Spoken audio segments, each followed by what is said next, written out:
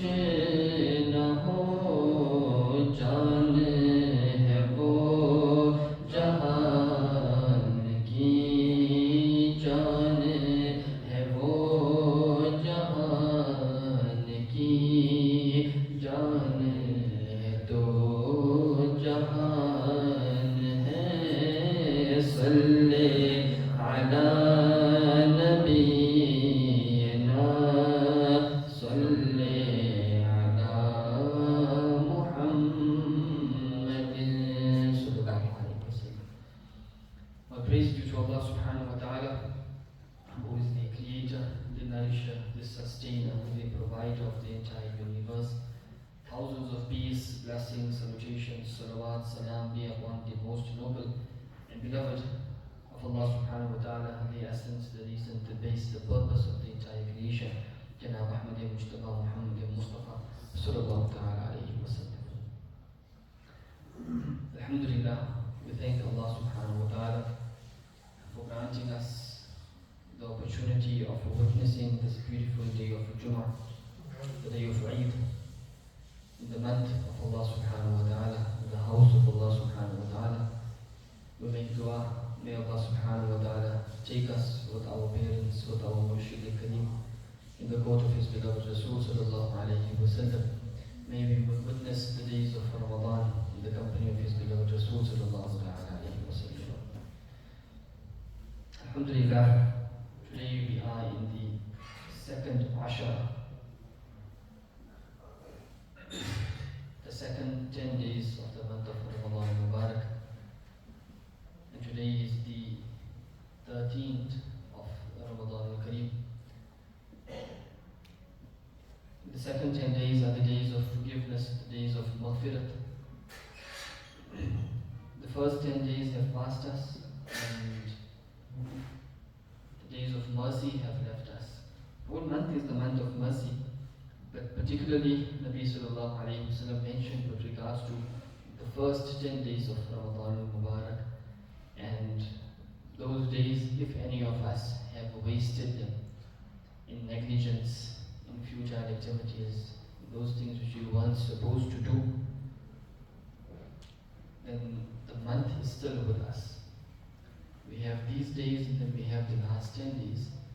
If we have wasted the first 10 days, then from now we must make an intention not to waste any second in this month of Ramadan.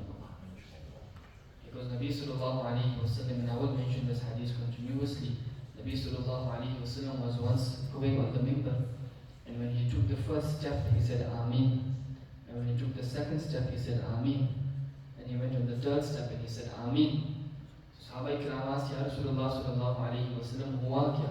We didn't see anything, we didn't hear anything, we didn't hear anyone. You said Ameen 3 times. Nabi sallallahu alayhi wa sallam said, Atani Jibreel. Oh my Sahaba, Jibreel alayhi salam came to me.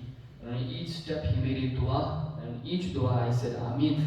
The first dua Jibreel alayhi salam, the summary I'm giving to you. The first dua Jibreel alayhi salam made, he said, Ya Rasulullah sallallahu alayhi wa sallam, may that person be destroyed whose both parents or one parent is alive, and still he doesn't attain Jannah. In other words, by serving them, by doing khidmat, by being of service to them, he doesn't attain Jannah, may that person be destroyed. Nabi Sallallahu Alaihi Wasallam said, I said Ameen. Second, Jibreel said, Ya Rasulullah, may that person be destroyed in whose presence, in front of whom your name is mentioned and he forgot to recite durood upon you, may he be destroyed. Nabi Sallallahu Alaihi Wasallam said, I said Ameen. And the third dua Jibreel made, he said, Ya Rasulullah, may that person be destroyed who found the month of Ramadan, and this month left him in such a state that he wasn't forgiven in the court of Allah subhanahu wa ta'ala. May that person be destroyed. Nabi Sallallahu Alaihi Wasallam said, I said Ameen to that dua. So we need to do self-contemplation and think on ourselves, on our hearts and our minds, and ask ourselves that where are we standing? Where were we before Ramadan? Where are we now? And where will we be at the end of Ramadan? If the first 10 days have not made a difference to ourselves, then this is the time. There's a Chinese saying, very beautiful, that the best time to plant a tree was 20 years ago, and the next best time is now. So whatever you want to do, do it now, and inshallah you will see the blessings in this world and the hereafter. Allah subhanahu wa ta'ala has alhamdulillah created us as ashraful makhluqat, the best of creation. And Allah subhanahu wa ta'ala, after creating us as ashraful makhluqat, this is the karam and the fadl and the blessings of Allah subhanahu wa ta'ala, that He has given us the deen of Islam. There are millions of people across the globe who are unfortunate, who have not been given this blessing of Allah subhanahu wa ta'ala, that they are not following the teachings of the beloved Rasul sallallahu alayhi wa sallam. So being the best of creation is something else, and with that being a Muslim is a great bounty of Allah subhanahu wa ta'ala. And the cherry on top of the cake is being a Sunni Muslim is a much greater bounty of Allah subhanahu wa ta'ala. When Allah subhanahu wa ta'ala has made us Muslims, Allah subhanahu wa ta'ala, as I mentioned previously also, Allah subhanahu wa ta'ala has kept for us some rules, some laws, some ahkamat. And Allah subhanahu wa ta'ala then divided rights, haqq, huqooq, into two types, two categories. Number one is huququllah, the rights of Allah subhanahu wa ta'ala. And number two, Allah ta'ala mentioned huququl Ibaad, the rights of the people, the rights of the bondsmen, the rights of the creation of Allah subhanahu wa ta'ala. Huququllah, the rights of Allah subhanahu wa ta'ala, means all those things which Allah subhanahu wa ta'ala has necessitated upon you. And that will be a means for you going close to the court of Allah subhanahu wa ta'ala. Your namaz is the right of Allah subhanahu wa ta'ala. Your fasting is the right of Allah subhanahu wa ta'ala. Your paying zakat is the right of Allah subhanahu wa ta'ala. Your giving sadaqat, all of these things, your hajj, your umrah is the right of Allah. These are huququllah. And the other hand, Allah ta'ala kept huququl Ibaad. That means that as human beings, you're not going to live in the jungle for your entire life. You're not going to go in seclusion, go in one corner and make Allah, Allah love your entire life. No. As human beings, you have a life. As human beings, you are going to get married. As human beings, you will have business. As human beings, you will have children. As human beings, you have parents, you have siblings, you have neighbors. You will live amongst people, you will work with people, you will see people. So for that, Allah Ta'ala has kept huququl Ibaad, the rights of people. In other words, when you are with parents, there are rights for parents. When you are with children, there are rights for children. When you are with siblings, there are rights for siblings. When you are with your neighbors, there are rights for neighbors. When you are in the masjid, there are rights for the musallin. When you are going on the road, there are rights for the people who are on the road. Whatever you do, there are rights for people all around you. This is known as huququl Ibaad. And the beauty of everything, Allah. Huququllah, the rights of Allah subhanahu wa ta'ala, Allah ta'ala is so merciful that yes, He has implemented those rights. You need to do these, you need to perform salah, you need to pay zakat, you need to go for hajj. But if a person becomes negligent, a person forgets the zikr of Allah, a person didn't perform salah, it is the karam of Allah ta'ala. If He wants, He can forgive that person without any accountability, without any question. But the matters of huququl Ibaad, the matters of the bondsmen, the matters of the creation of Allah Ta'ala, Allah Ta'ala has kept a law that until the person whose right you have infringed, whose rights you have violated, until he doesn't forgive you, the forgiveness will not come from my God. Ulama Ikram have written the reason behind this. Someone can say Allah subhanahu wa ta'ala is Maliki Haqiqi, He is the owner of everything. So He is the one who owns our rights and He is the one who owns everything. So if someone violated my rights, Allah ta'ala once again forgive. Why did Allah ta'ala keep it such that until that person doesn't forgive me, Allah ta'ala will not forgive me? So Ulama Ikram and Al Hazrat has mentioned this in Fatawa Razviya Sharif. He says, yes, Allah ta'ala is Maliki Haqiqi. He is the real owner. If He wants, He can forgive anything and nobody can question Allah subhanahu wa ta'ala. Nobody can question anything what Allah subhanahu wa ta'ala does. He can do whatever He wants. يَفْعَلُ مَا يَشَاءُ وَيَخْتَارُ. And He has the power and He does whatever He wants to do. Nobody can question the authority and the zat of Allah subhanahu wa ta'ala. But Allah ta'ala has set a law that if someone hurts, someone harms, someone troubles, someone violates the rights of my bondsman, and then if I forgive him, then tomorrow there is a possibility this person will go in the court of Allah, Ya Allah, this person violated my rights and you forgave him. This is actually an oppression, a zulm upon me. Ma'adallah. So Allah subhanahu wa ta'ala, if He wants, He can forgive anyone. But Allah has kept it such that nobody must be oppressed in my court. In other words, if someone oppresses you, that person must ask you for forgiveness, then he will gain forgiveness from the court of Allah subhanahu wa ta'ala. Someone violated your rights, he must ask you for forgiveness, then he will gain the forgiveness from the court of Allah subhanahu wa ta'ala. I can do whatever I want to do, but this is my karam upon you, that I have given you the choice, I have given you the authority. If someone does something wrong to you, then you have the authority to forgive that person. Someone says that means that Allah has given me authority. If I want, I will forgive. If I want, I won't forgive. And that's where the words of my Nabi sallallahu alayhi wa sallam comes. Nabi sallallahu alayhi wa sallam says, someone comes to you and asks you for forgiveness, and your duty is to forgive him. Whether you know he is lying, whether you know he is speaking the truth. Whatever case, he is asking you for forgiveness, your duty is to forgive him. Nabi sallallahu alayhi wa sallam says, the one who doesn't forgive, the one who comes to ask for forgiveness and he doesn't forgive him, that person will not have any share on the house of Kawthar, on the pond of Kawthar on the day of Qiyamah. So Islam has kept you balanced. Allah Ta'ala has given you the right that yes, until the forgiveness is not sought from you, he will not be forgiven. On the other hand, Nabi Sallallahu Alaihi Wasallam says, when he asks for forgiveness, then forgive him for the sake of Allah. You mustn't be an oppressor. You mustn't say, no, he has done something wrong to me, I am not going to forgive him. So this is Huqooq Ibaad, the rights of bondsmen, the rights of people, the rights of those around us. And in these Huqooq Ibaad, Allah subhanahu wa ta'ala has kept Islam equal in every matter. Even in the rights of people, Allah ta'ala has kept everyone equal. Allah ta'ala has not kept a law that the rich people will get preference and they have special rights and the poor people will have different rights. No.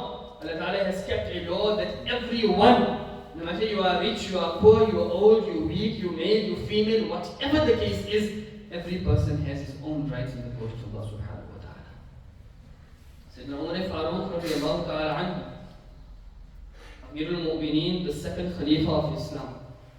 And I always mention this, that the amount of adl and insaf and justice which Sayyidina Umar Farooq displayed in his time of Khilafat, that the world has not seen until today. The amount of justice Sayyidina Umar Farooq had. That if anyone was wrong, he was wrong. If anyone was right, he is right. And if someone is right, he will do right to him. If someone is wrong, then he will have to pay the consequences of whatever he did.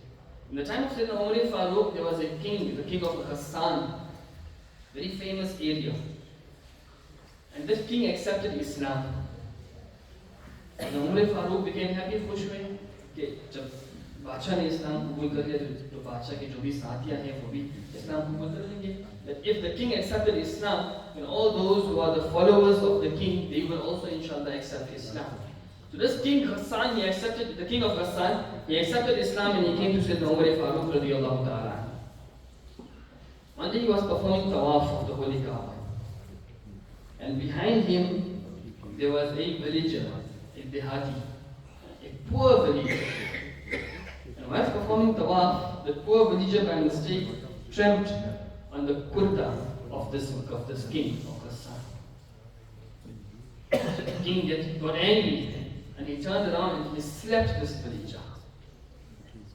Villager went in the court of Sayyidina Umar Farooq radiyallahu anhu. And he knew that here I'm going to get justice. So he went, Ya Amir al-Mu'mineen, this king, so-and-so king, he has newly accepted Islam, whatever the case is, whilst performing tawaf, he slapped me for something which was a mistake on my side. I didn't do it deliberately, but there was no reason to slap me. So the Umar Farooq called the king and asked him that this villager has a complaint against you. Tell me, what he's saying is true? The king said, yes, Amir al-Mu'mineen. He did tramp my kurta and I got angry and I slapped him. What he is saying is true, I accept my mistake. So Umar Farooq said, okay, then in that case, the badla has to be done, the qisas has to be taken. You slap someone for a mistake which he committed, you weren't supposed to slap him. Islam didn't give you that authority. In return, this villager is also going to slap you. In return, the villager is going to slap you. Who is speaking? Sayyidina Umar Farooq, and he is speaking to the king of Ghassan. That king that when he accepted Islam, there was a possibility that many other people would accept Islam. But Sayyidina Umar Farooq said, no, right is right. Whether it's a villager, whether it's a poor person, you have oppressed him, you have violated his rights. He deserves to take this qisas, and the retribution will be taking place. When the king heard that a villager is going to slap me, so he said, oh Amir al-Mu'mineen, I disagree with this decision. I am a king, and a king of Ghassan. You're telling a villager to slap me? So Umar Farooq said, this is the hukum of Islam, and this is the hukum which I am going to give you, that you have violated his rights, he has to slap you in return. The king said, okay, give me 1 day's time. Let me think about the matter. Umar Farooq said, no problem, think about the matter. In that 1 day's time, night time, this king took his people and he fled the city, he ran away. And it happened so that when he ran away in future, somehow he left Islam. And he became a murtad and he died in this belief. Ulama Kiram write on this narration. And they say that this king, he left Islam. The loss was his, and no loss came to Islam. If Sayyidina Umar Farooq at that time would have said, okay, no problem, you slap this boy, ask him for forgiveness, finish the matter here, then Islam would have been destroyed at that time. Why? Because it would have been a rule that Khalifa and the Amir and the leader of our time, he has passed this rule that no problem, if a wealthy person does something, it can be overlooked. But if a poor person does something, then it will not be overlooked. And from that time, Islam would have been destroyed. People would have said that no, Islam is a religion of favoring people, of favoring the rich, favoring those who have wealth. But no. Sayyidina Umar Farooq set a rule, and he said whether you are poor, whether you are rich, whatever the case is, the moment you violate the rights of a Muslim brother, then you will be held accountable in the court of Allah subhanahu wa ta'ala. There is no preference, there is no superiority even to any person in Islam when it comes to rights, and every person is equal. With this, Sayyidina Imam Azam Abu Hanifa, very great personality, everyone knows. Once he was walking, and by mistake he stepped on the foot of a young boy. Allah. Who is this? Imam Azam. That personality regarding whom Nabi said that if there was knowledge on the stars, then this person would go and take the knowledge from the stars also. That's what a great personality. Sayyidina Imam Azam Abu Hanifa Tabi'i, he stamped on the foot of a small boy. The small boy picked up his head and he said, Ya Shaykh, ala takhaf al-qisas yawm al-qiyamah? Oh Shaykh, don't you fear on the day of Qiyamah the revenge and the batla and the retribution, the qisas of this will be taken from you on the day of Qiyamah for stepping on my feet. Imam Azam Abu Hanifa fell unconscious same time. After a while, people woke him up and said, Hazrat, this boy said few words to you and you fell unconscious. He said, no. The words came from the mouth of this boy. It was actually the hidayat and the guidance from the court of Allah subhanahu wa ta'ala. In other words, no matter whoever it is, even if it's a small boy, I have no right to violate the rights of that youngster. That's how much Islam has emphasized on the rights and the huqooq of people. Now make a list of all the people in front of you. You live with parents, there are rights for parents. Ask yourselves, are you fulfilling the rights of your parents? Are you fulfilling the rights of your father? Are you fulfilling the rights of your mother? And by Allah, you can do whatever you want to do in your entire life, you will never fulfill the rights of your parents. You're living with your siblings. Ask yourselves, क्या मैं अपने बहन भाइयों के हुकूक की हिफाजत करता हूँ? Do I protect and look after the rights of my siblings? Yes or no? Whether they are elder than you, whether they are younger than you. You are an employer, you have employees under you, you have people working under you, you are a boss. Ask yourselves, am I taking care of those who are under me? Taking care doesn't mean only paying them salary. No! Taking care means paying them salary on time. This is also the haqq. Taking care means that the amount of work and service you are taking from them, paying them according to their service, this is also the haqq. The haqq means that they are also human beings, they also have families, they also have lives, they also have a heart. If you are an employee, it doesn't mean you can do anything with them. They also have rights in the court of Allah subhanahu wa ta'ala. There was a person in the time of Nabi sallallahu alaihi wasallam who was once hitting his slave. Very badly he was hitting his slave. From behind he heard a voice that as you have rights over him and you have power over him, there is someone who has power over you as well. When he turned around, he saw it was Nabi sallallahu alaihi wasallam standing behind him. In other words, you have people under you, then don't worry. Allah Ta'ala has power over everyone in this universe. So don't think that if you have some sort of position or you have some sort of status above others, then you have a right over their rights. No, no, no. When it comes to fulfilling their rights, Islam says you need to fulfill their rights. Islam taught you rights about neighbors as well. But also you get huqooq. There are people around you, there are people staying in your vicinity, people living next to you. Your duty as Muslimin is you need to look after their rights as well. We discussed this last week, about feeding, about giving them something. We discussed all of this here. They also have rights. You are driving on the road, there are people on the road, they also have rights. Every person who you meet in your life, every person has rights, and your duty is you need to take care of those people's rights. Nabi sallallahu alaihi wasallam asked the Sahaba Kiram, "O my Sahaba, do you know who is a muflis? Do you know who is a penniless person, a person who has nothing, no wealth at all?" Sahaba Kiram said, "Ya Rasulullah, muflis वो शख्स है जिसके पास दिरहम दिनार नहीं है. He doesn't have any wealth. That person is a penniless person. He doesn't have any wealth. He is a muflis." Nabi Sallallahu said, no, that's not a muflis. A muflis is that person who will come on the day of Qiyamah. And he will have with him namaz, he will have zakat, he will have lots of good deeds with him. The summary I'm keeping in front of you. He will have everything with him, lots of good deeds. But, Nabi Sallallahu said, usne kisi ko gaali bhi hogi. He swore some person. He violated the rights of some person. He took the money of some person. He insulted some person. He did something wrong to this person. He did something wrong to that person. So he has all these good deeds, but he did these wrong things to different people. So those people will come in the court of Allah Ta'ala and they will demand their rights from this person. Nabi Sallallahu Alaihi Wasallam says, one by one his good deeds will be given to those people. And when his book of deeds will be finished, there will be no good deeds left. Then their sins will then come in his account and then he will be thrown into Jahannam. Nabi said that is a muflis. That is the person who is poor. That despite having all the ibadat, it will not benefit him on the day of Qiyamah because he would have violated the rights of the people in this world. Or yahi hoga. Right? We need to ask ourselves, it's just 5 rand I took off that person.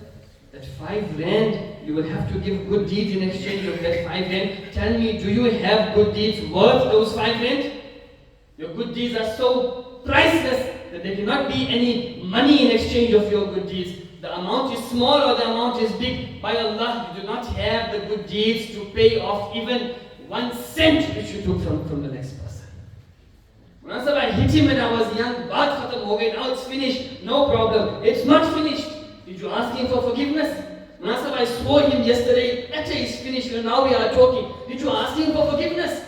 When behind his back, I spoke some few bad things about him, but it's okay, now we are meeting. Did you ask him for forgiveness? When we were doing business, he took some money, I took some money, it's sorted now, no problem, we made it equal. Did you ask for forgiveness? All of these things will be asked to you on the day of Qiyamah. Did you do this? Did you do this? On every small thing, hisab and accountability will be taken on the day of Qiyamah. Once a person, it is mentioned in the Qur'an al-Mafatih, once a person saw someone in his dream, and he asked, "Ma fa'ala Allahu bika?" How has Allah Ta'ala treated you? He said, "Allah Ta'ala forgave me, but accountability of everything was taken." He says, to the extent that one day I was at my friend's house, at my friend's shop, and it was the time of iftar in Ramadan. So there were few sacks and few bags of wheat. Gandum ke kuch boriyan the वहाँ पे. He said, I took one small piece of wheat from those bags, and I was about to put it in my mouth, and immediately I thought that no, this belongs to my friend, I can't take it without permission. So I put that piece of wheat back in that bag. I didn't eat it. He says, but today I have to pay accountability even for that why did you touch that wheat without the owner's permission? And for that I had to give good deeds in the court of Allah subhanahu wa ta'ala. So accountability is going to take place of everything. Whatever you do, something good, something bad, openly, secretly, behind closed doors, in front of everyone, har cheez ka muhasaba hoga. Everything you will have to pay the accountability for. The question is, are you ready to face that accountability on the day of Qiyamah? And by Allah, let me give you the answer. Nobody has the power to face that accountability on the day of Qiyamah. By Allah, you don't have power. By Allah, you don't have power. By Allah, you don't have power. Today we have considered the rights of each other so normal, something so normal. As Muslimin, as believers, our duty is that whenever we are dealing with any person, we must never violate their rights. If someone violates our rights, our duty is to forgive him for the sake of Allah subhanahu wa ta'ala. And why has Islam kept this entire system? Imam Ghazali mentions, he says, why has Allah Ta'ala kept this system that you cannot violate the rights of the next person, you cannot oppress the next person, you cannot trouble the next person. Why? Because Islam promotes brotherhood and unity. The moment this is broken, that you start violating the right to do whatever you want to do, you can do whatever you want to do, that is when that unity and the brotherhood is broken. Ask yourselves, look around yourselves, you will find many people, I don't speak to him, he doesn't speak to me. I don't talk to him, I just make salam and I pass. Ask him why. He will tell you, Master, so and so day 5 years ago, this person said this to me. We all listen to those stories. Now I get 100 stories like that. Master, I don't do this here, I don't speak to this person. 10 years ago he said this to me. Master, I don't meet this person. 5 years ago he said this to my friend came and told me. 5 years, 10 years, 15, 20 years ago, and 20 years you didn't meet your Muslim brother, 20 years you didn't make salam to your Muslim brother. What is this? This is that unity and brotherhood which you have demolished. Why? It all started from that right which you violated, which Islam told you not to violate of your Muslim brother. Last narration I want to keep in front of you, then I will take ijazat inshallah. A person will come on the day of Qiyamah in the court of Allah subhanahu wa ta'ala. Say, Ya Allah subhanahu wa ta'ala, so and so person violated my rights in this world. Ya Allah, today I want my rights from him. And the rule of the day of Qiyamah is nobody will be oppressed. Nobody. Even seeing वाले जानवर ने अगर बगैर seeing वाले जानवर को मारा होगा तो उसका भी किसास होगा. An animal who had horns, if he bumped an animal who didn't have horns, even that retribution will be taken on the day of Qiyamah. To show that nobody will be oppressed. On that day, there will be zulm upon nobody. Nobody will be oppressed at all. Everyone's rights will be given to him. So a person will come in the court of Allah, Ya Allah, so and so person violated my rights in this world. Today I want my huqooq, I want my rights. Allah will say, okay, bring that person. Listen, this person has said that you violated your rights, his rights in this world. Now he wants, his rights. So what you're going to have to do is give him your good deeds. So this person will start giving the good deeds. And he will give until his good deeds will be finished. And the person who was claiming will say, Ya Allah, my rights are still not fulfilled. I still want all my rights. Good deeds are finished. Allah will say, okay, you give your bad deeds to him. So bad deeds will be given. In other words, this person's good deeds are all given to him, and all this person's bad deeds are given to him. Now this person has good deeds, this person has only bad deeds. Then a palace will be brought in the court of Allah subhanahu wa ta'ala. A palace, एक महल आएगा अल्लाह के बारगाह में. And this palace will have rubies, emeralds, gems, beautiful palace. Allah will say, announcement will be made, who wants to buy this palace? So that person who was claiming his rights, who will receive all the good deeds, he will say, Ya Allah, who has the power and who has the ability of buying this wonderful palace from you? So Allah will say, you have the power of buying this palace. So you will ask, Ya Allah, how is it possible? How can I buy this palace? Allah will say, do one thing, hold the hand of this Muslim brother, that person whom you were demanding your rights from, hold his hand and both of you enter Jannah, and then this palace will belong to you.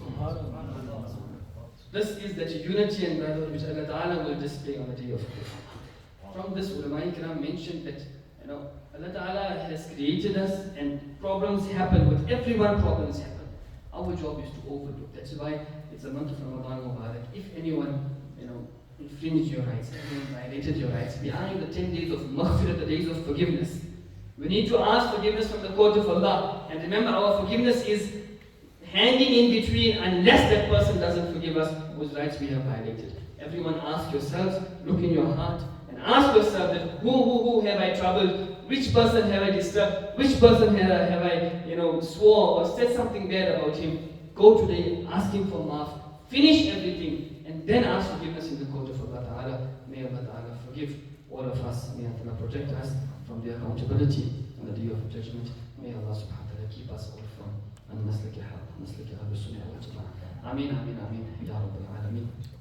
Few notes everyone, please keep in mind. Al-maslah, I would like to share with you. It is important to keep in mind that during the khutbah, whilst the khutbah is taking place, it is not permissible to speak, not permissible to recite anything, not permissible to say Ameen, not permissible to recite Durood Sharif or anything. Whatever you are going to do, you will do it in your heart. Chahe wo dua ho, chahe wo Durood Sharif ho, whatever it is, you will do it in your heart. With your mouth, you will not utter anything verbally, inshallah. Listening to the khutbah is wajib, it is necessary, it is compulsory upon everyone. And when the khatib is on the mimbar, then it is the sunnah of the Sahaba Ikram to face towards the khatib. ये सुन्नत है सहाबा किराम का कि खतीब की तरफ मुंह करके बैठे तो इंशाअल्लाह you will get the reward in this world and hereafter. Before the azan starts, I request for everyone to please come forward.